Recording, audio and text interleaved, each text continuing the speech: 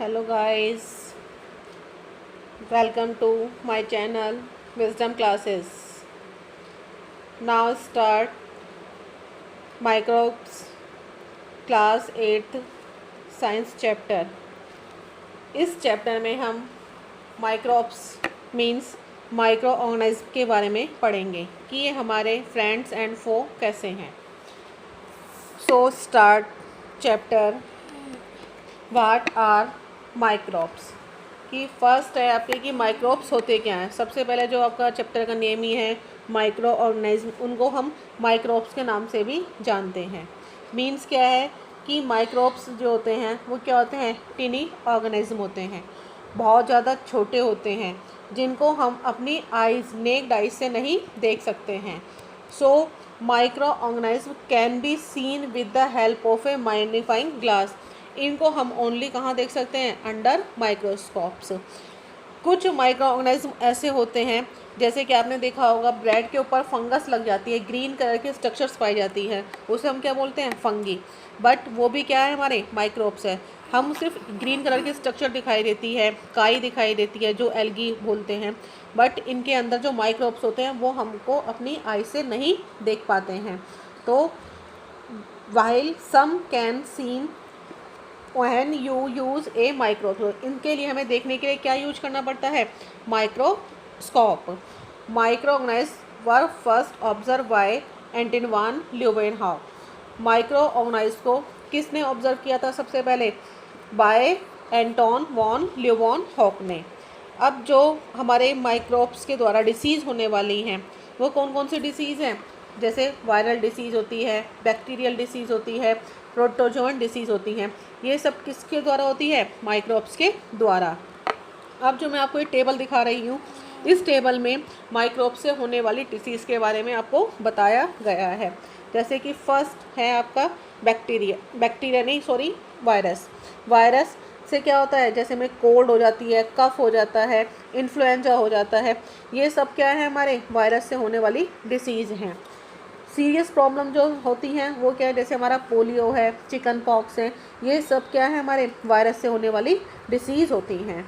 Next है हमारा bacteria. Bacteria इससे कौन सी डिसीज़ होती है, जैसे कि आपका टाइफाइड है, ट्यूबरक्लोसिस है, जिसे हम टीबी के नाम से भी जानते हैं. टाइफाइड जैसे कि बुखार आ जाता है, वो टाइफाइड की बीमारी या ट्यूबरक्लोसिस जो होता है वो बैक्टीरिया के द्वारा होता है.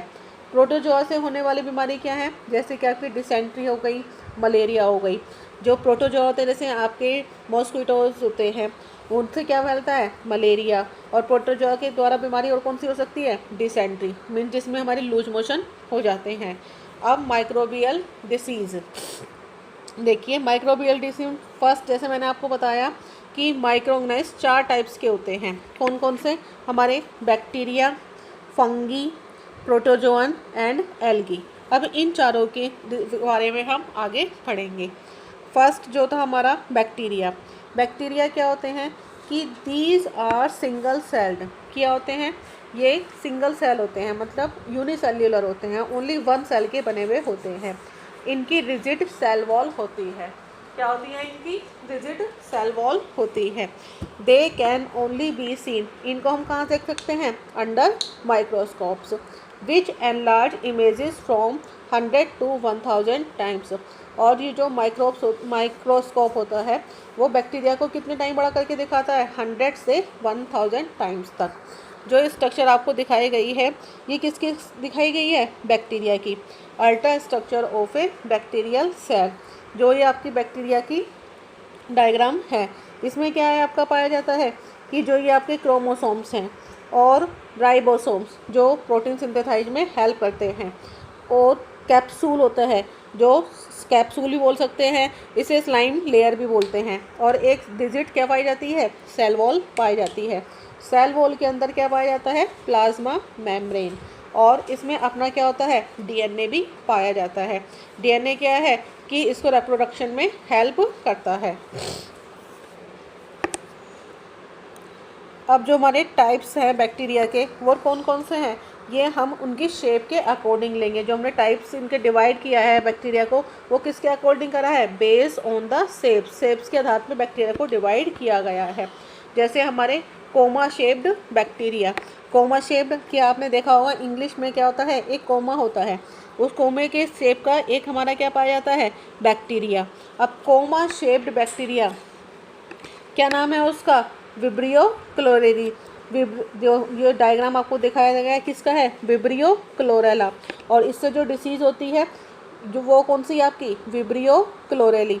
मोस्टली जितने भी बैक्टीरियल डिसीज़ हैं उनकी डिसीज़ के नाम उनके बैक्टीरिया के ऊपर ही रखा गया है। आगे आगे देखिए आप, स्पेरिकल शेप, स्पेरिकल मीन्स गोलाकार। तो इसका क्या है, जो आपका बैक्टीरिया का नाम है स्ट्रेप्टोकोकस। और इससे होने वाली बीमारी कौन सी है आपकी, स्ट्रेप्टोकोकस या स्ट्रेप्टोकोकाई के नाम से भी इस बीमारी को जाना जाता है। नेक्स्ट है रोड शेप्ड बैक्टीरिया। रोड जैसे ट्यूब लाइक स्ट्रक्चर होती है और उसे क्या बोलते हैं हम, जैसे कि बेसिली। और इसकी जो आपका बैक्टीरिया है वो कौन सा है, साल्मोनेला। साल्मोनेला क्या होता है कि साल्मोनेला में क्या होता है, हमें ज़्यादा नींद आती रहती है। तो E coli and salmonella, E coli and salmonella. Last है हमारा स्पाइरल शेप्ड। स्पाइरल क्या, इस तरह की शेप का, इस तरह की जो शेप होती है वो किसकी, आपकी पहला बैक्टीरिया की। और कौन सा बैक्टीरिया आपका, बोरीलिया। बोरीलिया एंड ट्रिपोनेम एंड बोरीलिया। तो ये जो शेप्स के अकॉर्डिंग हमने बैक्टीरिया को डिवाइड किया है। अब आगे देखिए आप, नेक्स्ट है हमारा फंगी। फंगी क्या होते हैं, जो हमारे लेदर्स के जूतों पे जो लेदर का सामान होता है उनके ऊपर लग जाती है, ब्रेड के ऊपर लग जाती है, रोटी के ऊपर लग जाती है, उसे हम क्या बोलते हैं, फंगी। फंगी भी क्या है, हम देख सकते हैं बट इसको अंडर माइक्रोस्कोप ही ऑब्जर्व किया जाता है। These are non green plants. ये कैसे होते हैं, नॉन ग्रीन प्लांट्स, इसलिए ये अपना खाना अपने आप प्रिपेयर नहीं कर पाते हैं, ये अपने फूड के लिए किसी दूसरे पर डिपेंड करते हैं और उसे हम क्या बोलते हैं, पैरासाइट। तो किसके ऊपर आते हैं ये, पैरासाइट के ऊपर। और जिसके ऊपर ड्राइव करते हैं उसे क्या बोलते हैं, होस्ट। जैसे प्यूसिनिया है आपका, प्यूसिनिया विच कॉजेज व्हीट। जो आपका गेहूँ होता है, गेहूँ की जो वे होती है लीफ, वो क्या हो जाती है, येलो पड़ने लगती हैं या वो मुरझा जाती हैं पत्तियाँ, तो वो किसकी वजह से होता है, आपकी फंगी की वजह से। Grow on the organic matter, और ये कहाँ पर ग्रो करती हैं, ऑर्गेनिक मैटर पर। नेक्स्ट है आपका, अब जैसे मैं यहाँ पर आपको डायग्राम दिखाया गया है ब्रेड मोल्ड का। ब्रेड मोल्ड में क्या है कि ये आपका फंगी लगी हुई है, जो कई बार आपने देखा हो ब्रेड कई दिन रख देते हैं पिन्नी के अंदर, तो ग्रीन कलर के स्ट्रक्चर ब्रेड के ऊपर पाई जाती है, तो वो क्या है, मीन्स फंगी। जब इसका हम स्लाइस काट के अंडर ऑब्जर्व करते हैं माइक्रोस्कोप के अंदर, तो हम देखते हैं कि इस तरह की स्ट्रक्चर दिखाई देती हैं, तो ये क्या है, हमारी फंगी। इसे क्या बोलते हैं, ब्रेड मोल्ड। अब फंगी जैसे आपने मशरूम देखा होगा, मोल्ड्स देखे होंगे, ये सब क्या होते हैं, यूकैरियोटिक। यूकैरियोटिक मीन्स क्या होता है, जिनके अंदर ट्रू न्यूक्लियस पाया जाता है। अब कंपोनेंट्स क्या क्या हैं फंगी के, देखो फंगी के जो फंगी जिस तरह के स्ट्रक्चर रखती है उसमें 3 पार्ट्स होते हैं, कौन कौन से हैं। फर्स्ट है आपका हाइफी। हाइफी क्या होती है, they are thread like filament which penetrate into substance. की हाइफी जो होती है थ्रेड लाइक फिलामेंट होते हैं और enzymes to break down nutrients into smaller molecules, और सरफेस को पेनिट्रेट करके एंजाइम को ब्रेक डाउन करती हैं, जो न्यूट्रिएंट्स होता है उनको उनके ऊपर एंजाइम्स स्प्रेड करती है और न्यूट्रिएंट्स को ब्रेक डाउन करके स्मॉलर मॉलिक्यूल्स में तोड़ती है, ब्रेक डाउन कर देती है। और उसके ऊपर क्या पाया जाता है, स्पोर्स। स्पोर्स क्या होते हैं कि spores are a unit of sexual और एसेक्सुअल रिप्रोडक्शन। स्पोर्स किसके लिए, ये स्पोर्स क्या काम करते हैं, सेक्सुअल और एसेक्सुअल रिप्रोडक्शन में हेल्प करते हैं। They can adopt for dispersal, और डिस्पर्सल होता है, इसी वजह से फंगी बहुत जल्दी फैलती है।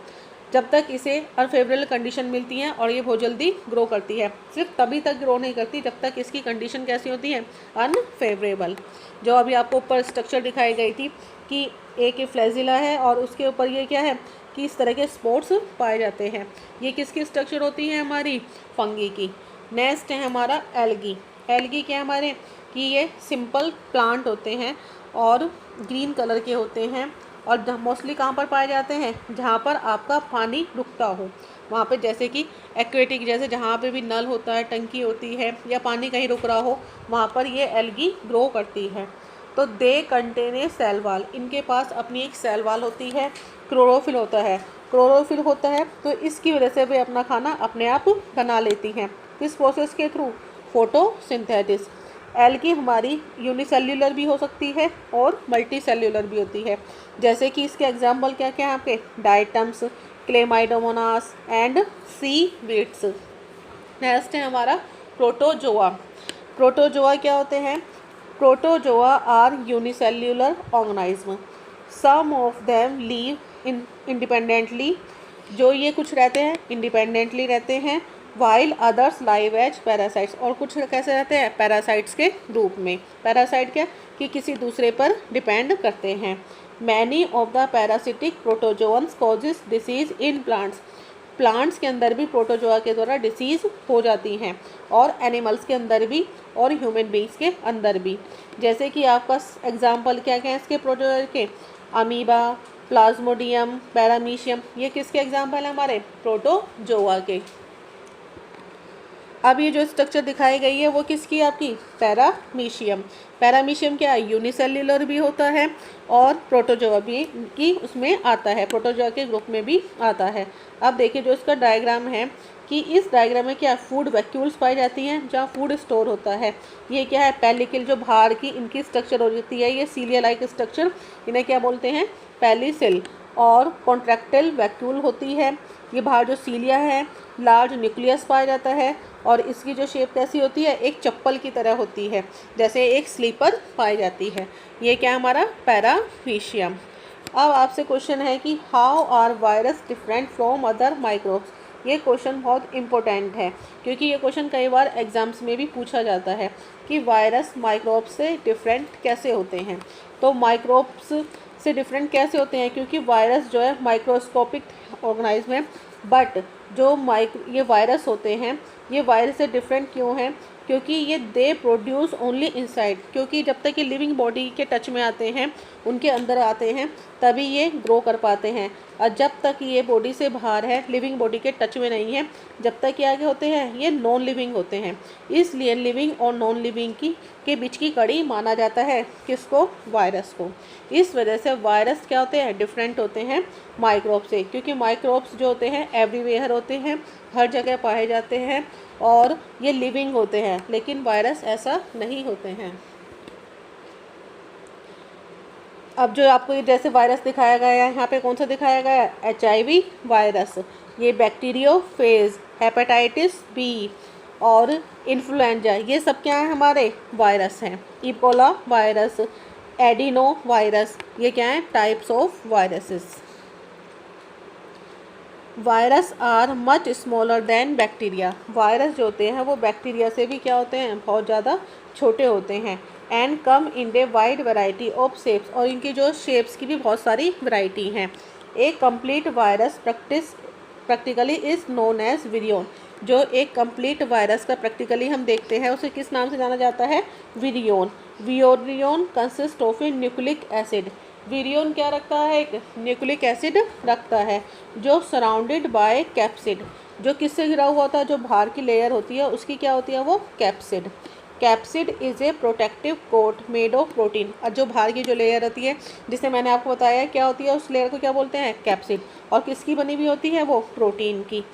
सब यूनिट्स ऑफ दिस प्रोटीन, इस प्रोटीन की छोटी यूनिट को हम क्या बोलते हैं? Capsomere. Virus can be seen only by an electron microscope. Only virus को हम कहाँ देख सकते हैं?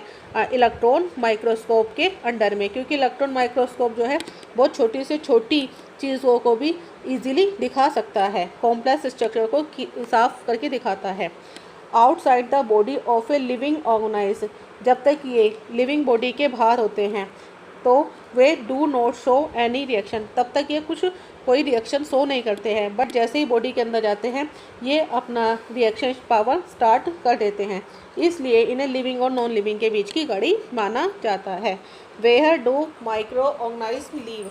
अब ये माइक्रो ऑर्गेनाइज्म कहाँ रहते हैं? कि microbes can survive in all kinds of environment. Microbes हर तरह के एनवायरनमेंट में सर्वाइव कर पाते हैं। Ice, cold climate, hot spring and desert to marshy lands, तो सब हर जगह एवरीवेयर ये पाए जाते हैं। कुछ जो है इंडिपेंडेंटली ग्रो करते हैं, कुछ दूसरे पैरासाइट्स पर रहते हैं। Inside the body of other organism, कि कुछ दूसरे ऑर्गेनाइज की बॉडी के अंदर भी ये ग्रो कर पाते हैं। अब माइक्रो ऑर्गेनाइज एंड अस, कि माइक्रो ऑर्गेनाइज एंड अस कि हमारे बीच में क्या रिलेशन है। सम ऑर्गेनाइज, कुछ ऑर्गेनाइज हमारे लिए बेनिफिशियल होते हैं, कुछ हमारे लिए हार्मफुल होते हैं। तो जो हमारे लिए हार्मफुल होते हैं वो एक डिसीज़ का कारण बनते हैं। तो अब हम आगे जो इसमें पढ़ेंगे वो क्या आपका uses of micro organisms and harmful effect of microbes. तो फर्स्ट क्या है हमारा यूज़फुल इसका, कि preparation of curd, bread and cake. जो माइक्रोब्स हैं वो कर्ड बनाने में हेल्प करते हैं। क्यों? क्योंकि आपको पता है मिल्क से हम क्या बनाते हैं, कर्ड। जब मिल्क से हम कर्ड बनाते हैं तो उसमें कौन सा बैक्टीरिया ग्रो करता है, लैक्टोबैसिलस। इसकी वजह से हमारी कर्ड बन पाती हैं। तो जितने भी आपके बेकरीज होती हैं उनमें कहाँ ये माइक्रोब्स यूज़ किया जाता है। नेक्स्ट पॉइंट है इसका production of alcohol, wine and acetic. Alcohol, wine, acetic acid बनाने में भी हमारा हेल्प कौन करता है, माइक्रोब्स। नेक्स्ट है इसका preparation of medicines and vaccines. कुछ मेडिसिन्स और वैक्सीन्स बनाने के लिए भी माइक्रोब्स का यूज़ होता है। नेक्स्ट है क्लीनिंग अप द एनवायरनमेंट। ये हमारे एनवायरनमेंट को क्लीन करने में भी हेल्प करते हैं। जैसे कि आपका राइजोबियम बैक्टीरिया होता है, वो क्या काम करता है, लेग्यूम्स प्लांट के वहाँ पर उगता है और जो नाइट्रोजन की कमी जहाँ होती है, एटमॉस्फेरिक नाइट्रोजन को एब्जॉर्ब करके वो प्लांट्स तक पहुँचाता है। और क्लीनिंग अब कुछ बैक्टीरिया ऐसे होते हैं जो हमारे एनवायरनमेंट को क्लीन करते हैं। नेक्स्ट हमारा इंक्रीजिंग सोइल फर्टिलिटी, हमारे सोइल की फर्टिलिटी को भी बढ़ाते हैं। जैसे मैंने अभी राइजोबियम बैक्टीरिया के बारे में बताया, और भी माइक्रोब्स हैं जो हमारे सोइल की फर्टिलिटी को बढ़ाते हैं। Harmful effects of microbes. First point, cause diseases in plants, animals and human beings. जो माइक्रोब्स के द्वारा हानिकारक इफ़ेक्ट हैं वो कैसे हैं, कि जो हमारे प्लांट्स और एनिमल्स और ह्यूमन बींग्स में डिसीज़ का कारण बनते हैं, क्या है वो, माइक्रोब्स। तो माइक्रोब्स की वजह से जितने भी लिविंग बींग्स होते हैं उनमें डिसीज़ हो सकती हैं। नेक्स्ट पॉइंट है हमारा spoil food and cause food poisoning. जो हमारा फूड नष्ट हो जाता है एंड पॉइजनिंग जो होती है, फूड की जो पॉइजनस हो जाता है, वो किस वजह से होता है, माइक्रोब्स के ग्रो करने से। तो ये थे हमारे हार्मफुल इफ़ेक्ट ऑफ माइक्रोब्स, जो हमारे फूड को सड़ा भी देते हैं और उसे जहरीला भी बना देते हैं। नेक्स्ट क्वेश्चन है हमारा कि how are bacteria useful to us. जो बैक्टीरिया होते हैं वो हमारे लिए यूजफुल कैसे हैं। जैसे आपको चैप्टर में बताया गया था कि बैक्टीरिया हमारे फ्रेंड्स भी हैं एंड फो भी हैं। तो अब ये जो क्वेश्चन है कि बैक्टीरिया हमारे लिए यूजफुल कैसे हैं। आप जानते हैं कि जो बैक्टीरिया है, बैक्टीरिया यूजफुल कैसे हैं, कि जो हमारी कर्ड बनती है, मींस दही बनती है, वो दही किसकी वजह से बन पाती है, बैक्टीरिया की वजह से। एक बैक्टीरिया होता है, उसका नाम क्या है, लैक्टोबैसिलस, जो गर्म दूध में, हल्का निवाए दूध में डालते हैं दही, तो उसके जो बैक्टीरिया दही में होते हैं वो बैक्टीरिया ग्रो करते हैं। और ग्रो करने के बाद हमारा जो मिल्क है वो किस में चेंज हो जाता है, कर्ड में। तो जो बैक्टीरिया है उसका नाम क्या है, लैक्टोबैसिलस। इसी की वजह से हमारी कर्ड बनकर तैयार होती है। नेक्स्ट क्वेश्चन, अब जो मैंने आपको बताया था कि bacteria are helpful because, bacteria जो है हेल्पफुल है, क्यों, क्योंकि इट डिकम्पोजेस ऑर्गेनिक वेस्ट। ये डिकम्पोज करते हैं ऑर्गेनिक वेस्ट को, जैसे vegetables peels, animal remains and faeces. आपने देखा होगा यदि हम ज़मीन के अंदर या कहीं कूड़े में ये सब चीज़ें हमारी पड़ी हुई होती हैं तो कुछ टाइम बाद ये अपने आप क्या हो जाती हैं, रोट हो जाती हैं, क्योंकि जो माइक्रोब्स होते हैं इनको गला देते हैं और उससे क्या बनकर तैयार होता है, हमारा ऑर्गेनिक वेस्ट। तो ये किसकी वजह से हुआ, हमारे माइक्रोब्स की वजह से। नेक्स्ट पॉइंट है it is used in the preparation of medicines. Microbes का यूज कहाँ पर होता है, मेडिसिन्स के प्रिपरेशन में भी इसका यूज किया जाता है। नेक्स्ट पॉइंट है हमारा it increases soil fertility bye fixing nitrogen. यह सोइल की फर्टिलिटी बढ़ाने में भी हमारी हेल्प करते हैं। जैसे कि जो राइजोबियम बैक्टीरिया होता है वो नाइट्रोजन की फर्टिलिटी को बढ़ाने में उपयोगी है। नेक्स्ट है, it is used in the setting of curd and making cheese, pickles and other food items. ये कुछ कर्ड को सेट करने में, पनीर बनाने में, पिकल्स बनाने में, अदर फूड आइटम्स को बनाने में भी क्या करता है, हेल्प करता है। इसी के द्वारा हमारा ईस्ट भी बनकर तैयार होता है। ईस्ट हमारे जो खाना बनता है उसमें यूज़ होता है, जैसे कि हमारी जलेबी हैं, भटूरे हैं, जितने भी आपके सामान जो फूले हुए होते हैं, जो मैदा से बनते हैं, जिनके अंदर स्पंज पाया जाता है, तो वो किसकी वजह से बन पाते हैं, हमारे ईस्ट। और ईस्ट किसकी वजह बनता है, माइक्रोब्स की वजह से, बैक्टीरिया की वजह से। तो अब देखेंगे कि व्हाट इज़ फर्मेंटेशन। फर्मेंटेशन क्या होता है, फर्मेंटेशन होता है जिसमें आपका ईस्ट कन्वर्ट होता है किसे, शुगर इनटू अल्कोहल, कि शुगर किस में चेंज हो जाती है, हमारे अल्कोहल में। इस प्रोसेस को क्या बोलते हैं हम, फर्मेंटेशन। मीन्स क्या है कि fermentation is the process by which east converts sugar into alcohol. जो ईस्ट होता है वो हमारे लिए यूजफुल कैसे है, क्योंकि ईस्ट शुगर को, जो हमारी शुगर केन से शुगर निकलती है, वो किसमें चेंज कर देता है, अल्कोहल। ये हमारा वाइन बनाने के भी काम आता है। It was discovered by Louis Pasteur in 1857। इसे किसने डिस्कवर किया था, लुइस पास्चर ने 1857 में। तो दिस प्रोसेस इज फर्मेंटेशन। अब है आपका कि ईस्ट कहाँ कहाँ यूज होता है। तो जैसे मैंने आपको बताया कि ईस्ट आपका जितनी भी आपकी बेकिंग इंडस्ट्रीज होती हैं वहाँ पर किसका यूज़ होता है, ईस्ट का यूज़ किया जाता है। जैसे कि आपकी ब्रेड है, पेस्ट्री है, केक्स हैं, ये ईस्ट बनाने, ईस्ट इनकी वजह से ही ये सब चीज़ें हमारी बन पाती हैं, क्योंकि ये किस में हेल्प करता है, फर्मेंटेशन में। फर्मेंटेशन का मतलब क्या होता है कि जो चीज़ें बनाई जाती हैं वो सॉफ्ट होती हैं, उनके अंदर वो स्पंजी हो जाता है। स्पंजी होने में उसमें क्या है, पोर्स बन जाते हैं जो कार्बन डाइऑक्साइड को रिलीज़ करता है। तो it reproduces rapidly and produces carbon dioxide during respiration. और इनके अंदर से कौन सी गैस निकलती है, carbon dioxide. Bubbles of the carbon dioxide gas it produces fill the spaces in the dough and increase its volume। आपने देखा हो कि हम जब घर में आटा लगाते हैं, यदि हम कुछ टाइम के लिए उसे छोड़ दें तो हमारा आटा, जितना आटा हमने लगाया था उसका वॉल्यूम क्या हो जाता है, बढ़ जाता है। वो किसकी वजह से होता है, क्योंकि उसके अंदर क्या बन गई है, हमारी कार्बन डाइऑक्साइड। जब ये कार्बन डाइऑक्साइड बाहर निकलती है तो उसके अंदर जब बाहर निकलेगी तो पोर्स बन जाते हैं। पोर्स बनने से जो हमारे आटे के अंदर क्या बन जाते हैं, पोरस हो जाता है, छेद हो जाते हैं, इसलिए उसका वॉल्यूम भी क्या हो जाता है, इंक्रीज होना शुरू हो जाता है।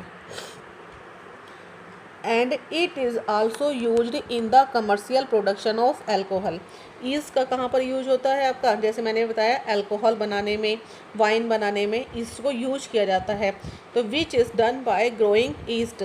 तो किसकी वजह से हो पाता है ये, ईस्ट की वजह से, कि natural sugar present in fruit. जैसे जो आपका, जैसे अंगूर हैं, ग्रेप्स होते हैं, तो ग्रेप्स से क्या बनती है, हमारी वाइन बनती है। व्हीट है, बार्ले है, ये सब चीज़ें क्या हैं, जिनसे हमारी अल्कोहल वाइन बनती हैं। और वो किसकी वजह से होती है, हमारे ईस्ट की वजह से। तो ईस्ट हमारे लिए यूजफुल बैक्टीरिया है। इसी की वजह से जो ईस्ट है उसका commercial production means commercial use होता है। सो ये बैक्टीरिया के आपके यूज़फुल इफ़ेक्ट थे, जो इसलिए बैक्टीरिया हमारे लिए हार्मफुल भी है और यूज़फुल भी है। सो जो आपका ये चैप्टर है अब यहाँ पर फिनिश हुआ। तो ये आप इस don't forget to like, share, subscribe and comment.